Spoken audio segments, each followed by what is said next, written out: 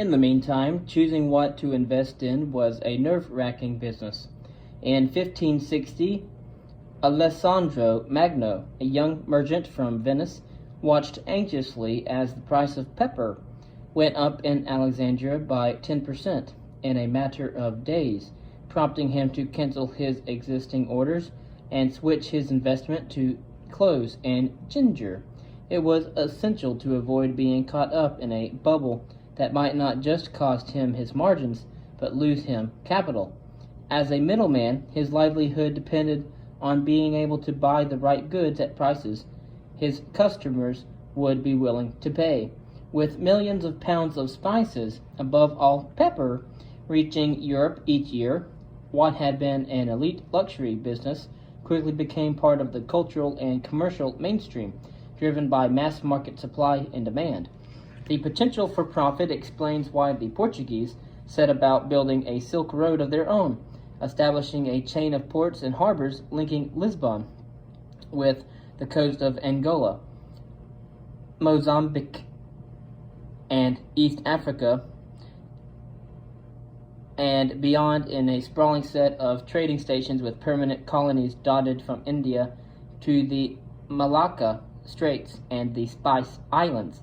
They met with considerable success in doing so, to the point that within a few decades of Vasco da Gama's expedition to India, a substantial part of Portuguese state revenues came from the spice trade.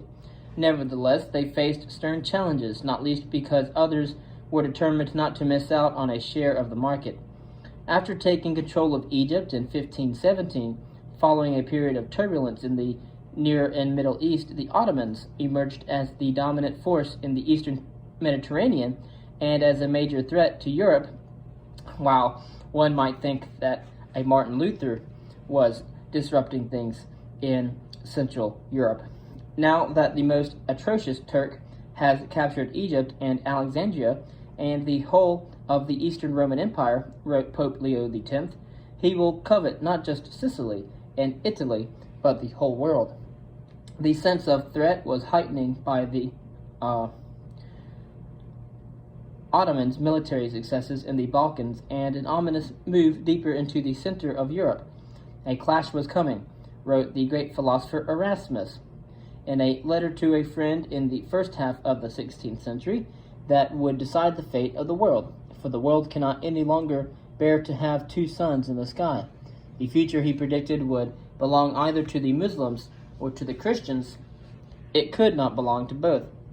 Erasmus was wrong, however, as were his peers in the Ottoman world, who were no less forthright in their predictions that just as there is only one God in heaven, so too there can only be one empire on earth. There was no fight to the death, even though the massive army that tore into Hungary and Central Europe in 1526 created waves of panic following the Turkish success against a hastily assembled Western force at Mohacs in southern Hungary. What did emerge, however, was an intense and long-standing rivalry which spilled into the Indian Ocean, the Red Sea, and the Persian Gulf. Flush with confidence, the Ottomans spent heavily to strengthen their commercial position across Asia. A network of buying agents was established, while a series of castles were restored and upgraded to protect the sea lanes in the Mediterranean, Red Sea, and Persian Gulf. Modernization of the roads running inland from the Persian Gulf through Basra to the Levant made this route so reliable, secure, and fast that eventually even the Portuguese came to use it for their communications with Lisbon in Portugal. This was all the more surprising given the regular use of force by the Ottomans against the Portuguese. The Ottomans launched a major attack on the Portuguese fort at Diu in northwest India in 1538 and made repeated strikes against Portuguese shipping. One sea captain, Cipher, enjoyed a series of successes in the mid-16th century that were so spectacular that a bounty was put on his head. The Ottomans are growing constantly richer with spoils taken from the Portuguese, moaned one European captain, noting how Cipher's fleet was becoming even larger, seeing how successful he had been with a small number of ships at his disposal. How much more trouble will he give us, and how many more riches will he send home when one day he has 30? The Ottomans were proving to be formidable rivals. Another Portuguese observer wrote in 1560 that every year millions of pounds of spices were reaching Alexandria, the most important of the emporia in the eastern Mediterranean for the goods from the east. It is no wonder he moaned that so little comes to Lisbon. By this time, profits from the spice trade were already beginning to slow noticeably, prompting some Portuguese to turn away from spices and invest in other Asian goods and products, most notably cotton and silk. This shift became marked around the end of the 16th century, by which time textiles were being shipped in ever-increasing volumes back to Europe. Some contemporary commentators suggested, and some modern scholars agree, that this was the result of high levels of corruption among Portuguese officials involved in the spice trade and the effect of poor decisions on the part of the crown, both when it came to claiming an excessively high tax on imports and also when it came to setting up an inefficient distribution network in Europe. Ottoman competition had succeeded in putting the Portuguese and margins under intense pressure. At the heart of this rivalry in the Indian Ocean and elsewhere was the competition to secure maximum tax revenues for goods heading to cash-rich buyers in Europe. Ottoman success reaped handsome dividends. Central coffers in Constantinople swelled in the face of rising volumes of traffic passing through ports in the Red Sea, the Persian Gulf, and the Mediterranean, although growing demand domestically also played a role in boosting government revenues. Annual remittances grew significantly in the course of the 16th century, which in turn spurred social and economic change not only in the cities but also in the countryside as well. It was not just in Europe, then, that a golden age dawned. Vast building programs were undertaken across the Ottoman world, from the Balkans to North Africa, funded by ever-growing tax receipts. Many of the most spectacular projects were designed by Sinan, the chief architect of Sultan Suleiman the Magnificent, ruling from 1520 to 1566, whose sobriquet alone captures the spirit and affluence of the time. Sinan built more than 80 major mosques, 60 madrasas, 32 palaces, 17 hospices, and 3 hospitals, as well as many bridges, aqueducts, bathhouses, and warehouses during the reign of Suleiman the Magnificent and his son Selim II. Selimiye Mosque, built in Edirne in modern northwest Turkey between 1564 and 1575, was the highlight of architectural daring and engineering brilliance, such that it was worthy of the admiration of humankind, according to one contemporary account. But it was also a statement of religious ambition. People of the world had said it would not be possible to build a dome as large as that of the Hagia Sophia in Constantinople in the lands of Islam. The mosque in Edirne showed that they were wrong. In Persia, there was a similar surge in spending on lavish building work and the visual arts that rivaled the cultural blossoming in Europe. A new empire had emerged under the Safavid dynasty from the splinters of the Timurid realm that had fractured after the death of Timur in the early 15th century. It reached a high point during the reign of Shah Abbas I, who ruled from 1588 to 1629, who oversaw an astonishingly ambitious reconstruction of Isfahan in what is now central Iran, where old markets and gloomy streets were torn down and replaced with shops, baths, mosques constructed according to a carefully laid out master plan for his city. Major irrigation works ensured that new Isfahan would be plentifully supplied with water, something that was essential for the Bagi Nakush-i-Jahan, the world-adorning garden, a masterpiece of horticulture design that lay at the heart of the city. The glorious Masjid-i-Shah Mosque was also built, intended as Edirne had been, to be jeweled on a par with the very best of the Islamic world. As one contemporary noted, the Shah made Isfahan like a paradise with charming buildings marked in which The perfume of the flowers uplifted the spirit, and streams and gardens. Books, calligraphy, and the visual arts, especially miniature painting, flourished in a culture that was self-assured, intellectually curious, and increasingly international. Treatises explained how to create good art. The Kanun al-Suvar, for example, doing so in witty and stylish rhyming couplets. Bear in mind the author of this work warns the reader that it is all very well wanting to master the skill of painting, but you must know that, to achieve mastery in this field, natural talent is a major consideration. Prosperity helped open new horizons. The Carmelite monks in Isfahan were able to present the Shah with a Persian translation of the Book of Psalms, which was gratefully accepted, and Pope Paul V sent a set of medieval illustrations from the Biblos, which the Shah enjoyed so much that he commissioned Persian commentaries explaining that what the scenes depicted. It was a time when Jews in the region made copies of the Torah in Persian, but using Hebrew characters, a sign of religious tolerance, but also of the cultural self-confidence of Persia at this time of growth. The Ottoman and Persian empires did well from the sharp rise in transit taxes and import duties on goods coming from further east, and of course from domestic goods and products that were much in demand among the newly wealthy in Europe. From royal houses to merchant families, from court favorites to well-to-do farmers. But although the Near East did well from the cascade of gold, silver, and other treasures that flowed across the Atlantic from the Americas, the chief beneficiaries were the places where most of the exports originated: India, China, and Central Asia. Europe became a clearinghouse for bullion that came in from spectacularly rich sources such as the mine at Potosi, high in the Andes, and what is now Bolivia, which turned out to be the single largest silver strike in all of history, accounting for more than half of global production for over a century. New techniques for extracting the metal of silver using a mercury amalgam process were developed, making mining cheaper, quicker, and even more profitable. The discovery enabled an extraordinary acceleration in the redistribution of resources from South America through the Iberian Peninsula and onto Asia.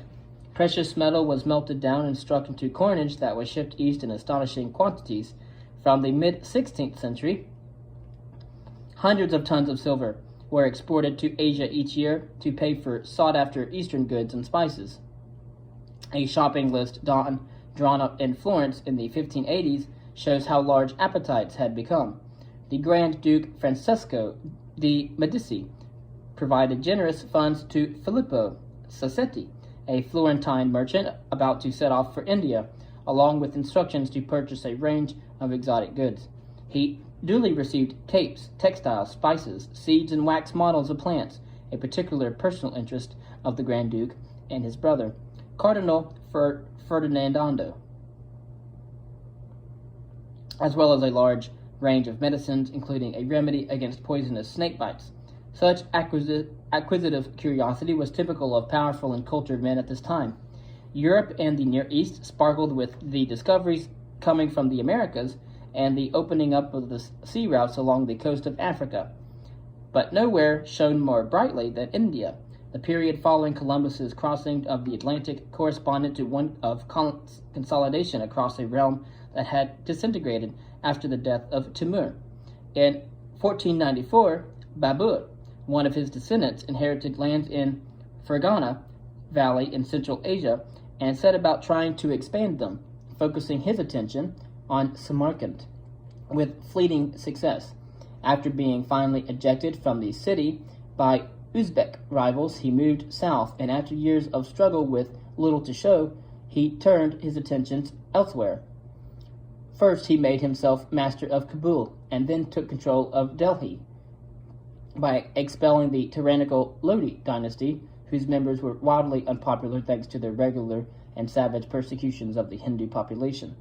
Babur had already shown himself to be a keen builder, taking pleasure in setting out the magnificent garden of the Baghi Wafa in Kabul with impressive fountains, pomegranate trees, clover meadows, orange groves, and plants brought from far and wide. When the oranges turn yellow, he wrote proudly, it is a beautiful sight, really handsomely laid out. As he established himself in India, he carried on with his glorious garden designs, his aspirations, and despite complaining about the difficulties of the terrain. He was dismayed that water supply was such a problem in the north of the Indian subcontinent. Everywhere I looked, he wrote with horror, was so unpleasant and desolate that it was hardly worth the effort of trying to create something special. Eventually, he steeled himself, settling on a site near Agra. Although there was no really suitable place near the city, there was nothing to do but work with the space we had. Eventually, after considerable effort and great expense in unpleasant and inharmonious India, splendid gardens were created. Despite Babur's initial misgivings, the timing of his move south could not have been better. It did not take long for the new domain to turn into a mighty empire. The opening up of new trade routes and the enthusiastic purchasing ability of Europe meant that there was a sudden influx of hard currency into India. A considerable proportion of this was spent buying horses. Even in the 14th century, we have reports of thousands of horses being sold each year by dealers in Central Asia. Horses bred on the steppes were popular, not least because they were bigger and better fed than those reared on the subcontinent itself, which were by nature so small that when a man is upon them, his feet nearly touch the ground. With European silver pouring in to buy goods from the East, much was spent buying the best steeds, for reasons of prestige, for social differentiation, and for ceremonial events, rather as money that has flowed more recently into oil-rich states has been spent on the best rides, Ferraris, Lamborghinis, and other fine cars. There were great profits to be made from the horse trade. It had been one of the very first things to catch the eye of the Portuguese when they reached the Persian Gulf and the Indian Ocean. Excited reports were sent home in the early 16th century about the demand for thoroughbred Arabian and Persian horses, and about the high prices that Indian princes were willing to pay for them. The Portuguese became so heavily involved in the lucrative business of shipping horses that it spurred technological change, with vessels like the new Tafaria being built with horse transport in mind. Most horses, however, came from Central Asia. With money flowing into India, one contemporary commentator told of eye-watering high margins as the inflationary pressures of a surge in demand outstripping supply kicked in. Rising revenues prompted investment in building bridges, upgrading caravans, and ensuring the security of major routes running north. The result was that the cities of Central Asia enjoyed another burst of life and splendor. The infrastructure necessary to support the horse trade was also lucrative.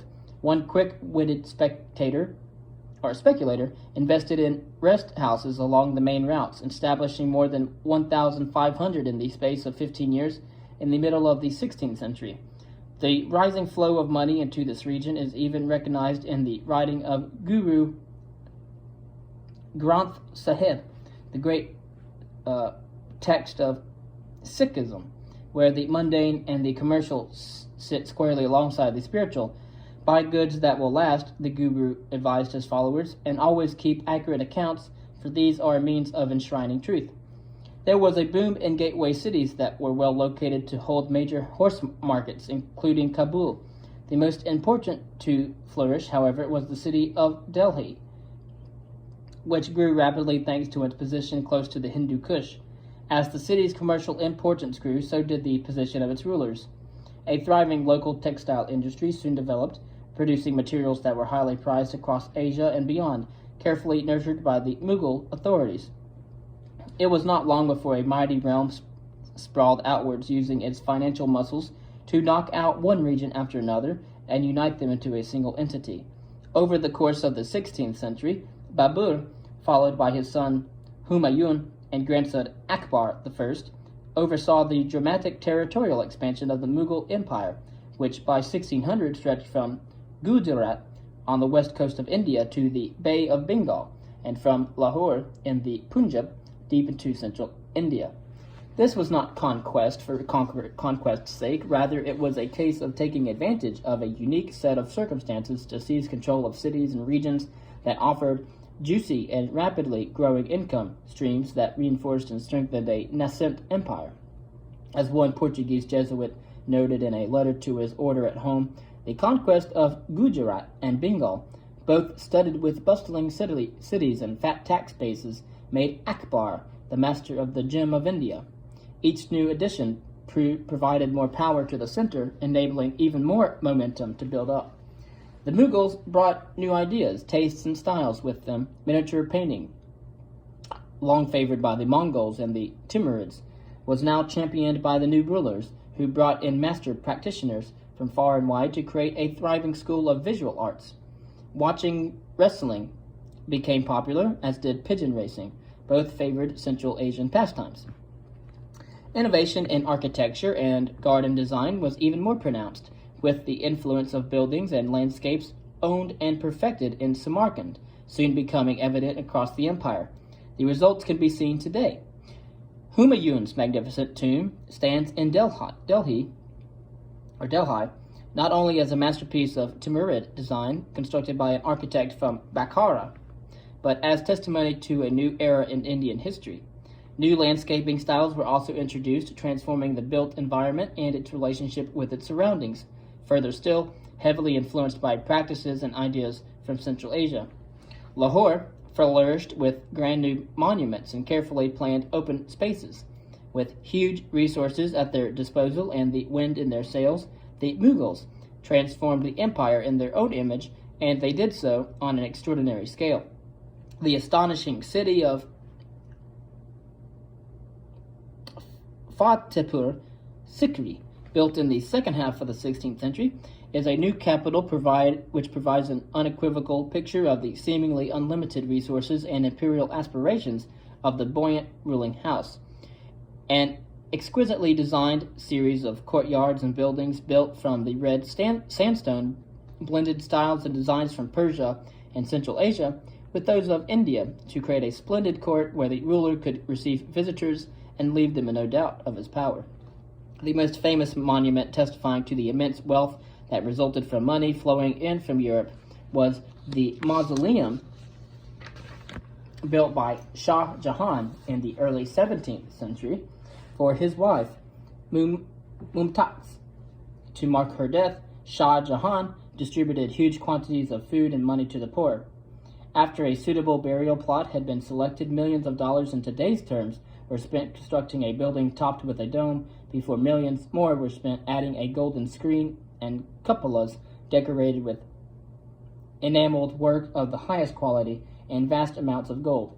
Pavilions encircled by superb canopies were added either side of the mausoleum, which then had gardens set out all around it. The foundation was endowed with an income from nearby markets to ensure that it would be properly maintained in the future. For many, the Taj Mahal is the most romantic monument in the world, an extraordinary demonstration of a husband's love for his wife. But it also represents something else. Globalized international trade that brought such wealth to the Mughal ruler that he was able to contemplate this extraordinary gesture to his beloved spouse. His ability to complete it stemmed from the profound shifts in the world's axis, for Europe and India's glory came at the expense of the Americas. Shah Jahan's lavish expression of sorrow at his wife's death finds a neat parallel with that articulated on the other side of the globe not long before. The Mayan Empire had also been flourishing before the arrival of the Europeans. Then there was no sickness.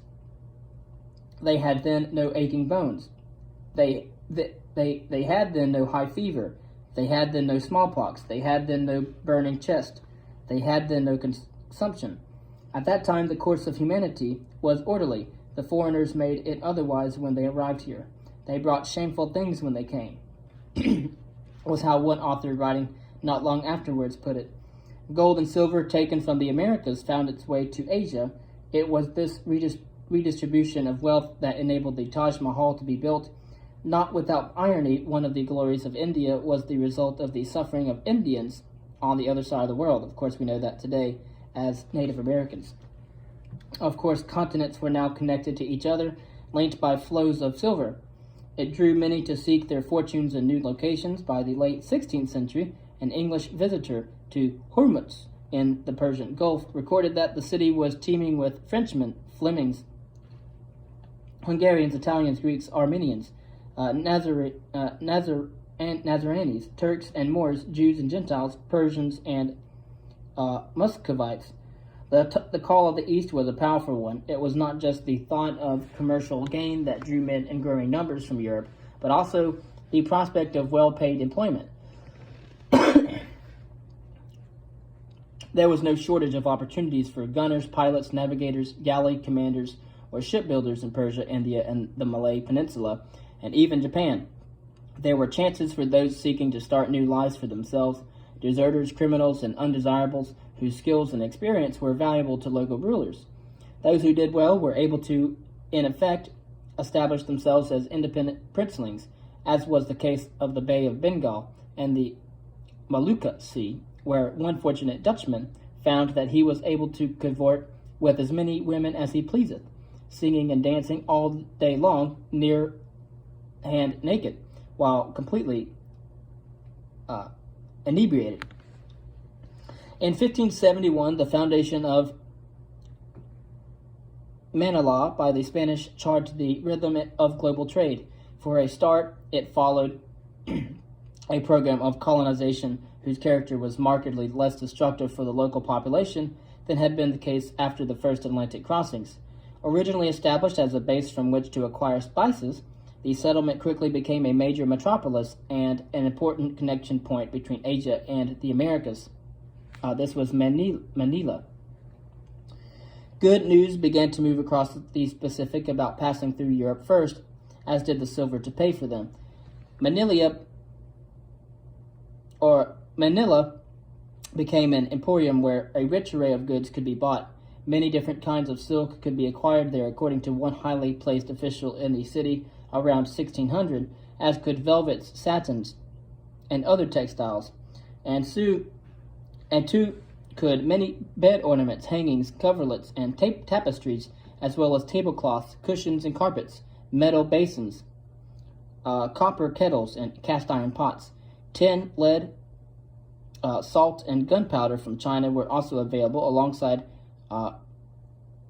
preserves made of orange, peach, pear, nutmeg, and ginger, chestnuts, walnuts, horses, geese that resembled swans, talking birds, and many other rarities.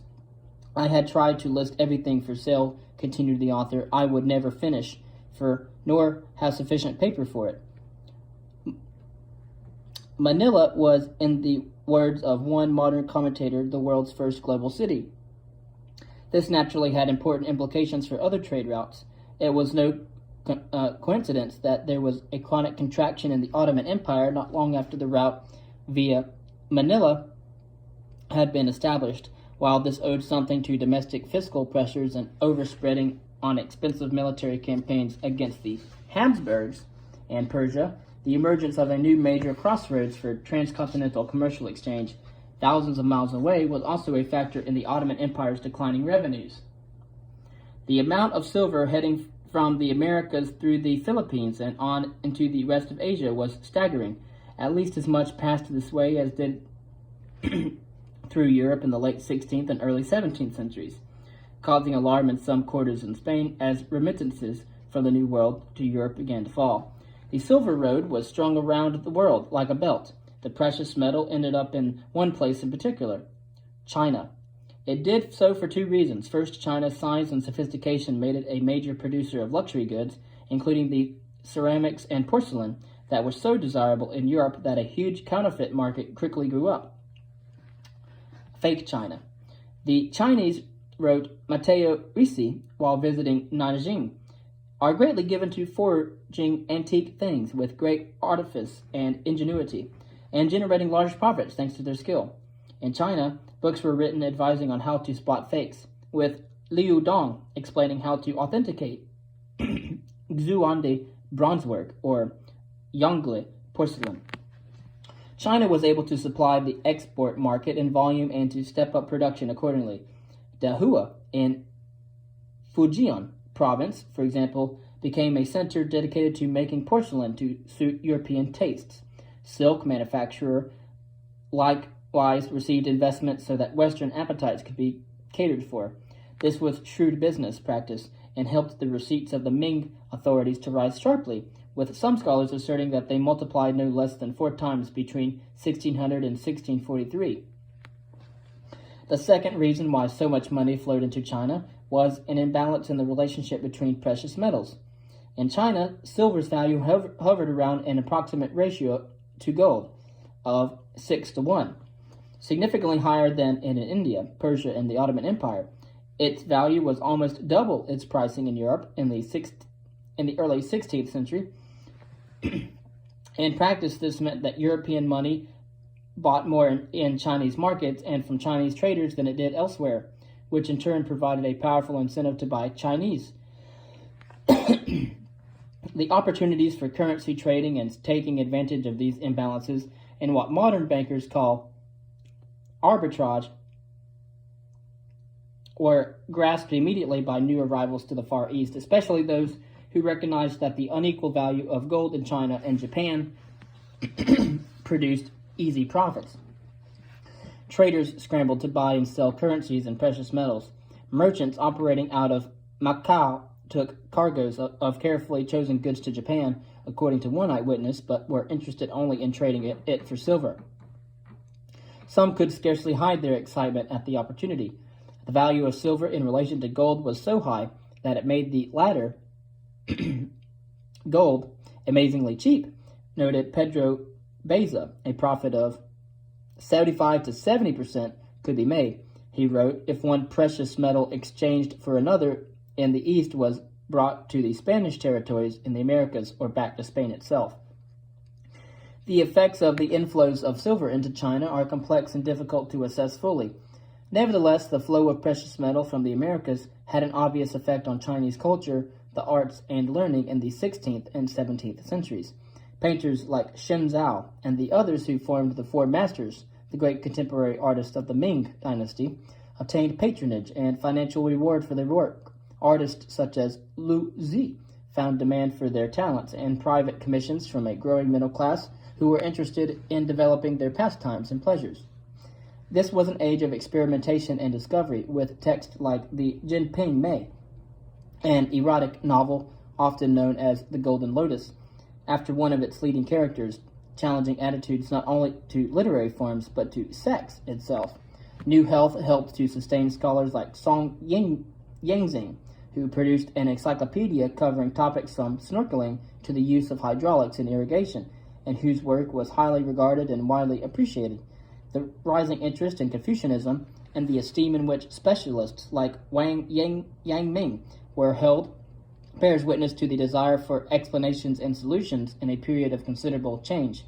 Maps like the Selden map, recently rediscovered in the Bodleian Library in Oxford, likewise demonstrate the increasing Chinese interest in trade and travel in this period, offering an extensive overview of Southeast Asia, complete with shipping routes.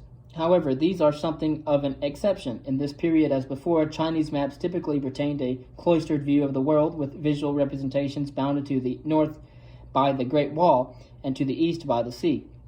This was symptomatic of China's readiness to play a passive role at a time when the world was opening up. But it also reflected European naval superiority in East Asia, where Dutch, Spanish, Portuguese vessels targeted each other, but also regularly seized Chinese junks and their cargoes as well. China was not keen to take part in running battles between aggressive rivals, let alone to be made to suffer as a result. In these circumstances, the inclination to become increasingly introspective, but at the same time reap the benefit of traders coming to them, seemed entirely logical. Well, of course, why not have your own vessels and then just watch the Dutch, Spanish, and Portuguese fight themselves, obviously. But China was not keen to take part in this. Much of the silver that flooded into China was spent in a series of major reforms, not the least of which were the monetization of the economy, the encouragement of free labor markets, and a deliberate program to stimulate foreign trade. Ironically, China's love of silver and the premium it placed on this particular precious metal became its Achilles heel. With such great quantities of silver reaching China, above all through Manila, it was inevitable that its value would start to fall, which over time caused price inflation. The net result was that the value of silver, and above all its value in relation to gold, was forced into line with other regions and continents. Unlike India, where the impact of the opening up of the world produced new wonders of the world, in China it was to lead to a serious economic and political crisis in the 17th century. Globalization was no less problematic 5 centuries ago than it is today. As Adam Smith later noted in his famous book on the wealth of nations, the discovery of America and that of a passage to the East Indies by the Cape of Good Hope are the greatest and most important events recorded in the history of mankind. The world was indeed transformed by the roads of gold and silver that opened up following Columbus's first expedition and Vasco da Gama's successful journey home from India. What Adam Smith did not say, however, in 1776, is how England fitted into the equation. For if the century that followed the discoveries of the 1490s belonged to Spain and Portugal, with the fruits showered on the empires of the East, then the next 200 years would belong to countries in the north of Europe. Against all expectations, the world's center of gravity was about to move again. This time, it would belong to a Britain that was about to become great.